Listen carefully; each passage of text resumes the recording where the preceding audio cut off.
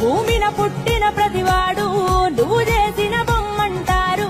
ఒకడెందుకు చక్కగా ఉంటాడు, ఇంకోడెందుకు తిక్కగా ఉంటాడు. గడపను దాటే ప్రతివాడు నిన్ను మొక్కే బయలుతాడు. ఒకడన్ని సాధిస్తాడు, ఇంకోడెందుకు సాగిలబడతాడు. ఆ గరీబోడు నీ భక్తుడే, ఈ నవాబైన నీ భక్తుడే. ఎందుకంటే ఈ ఎక్కువ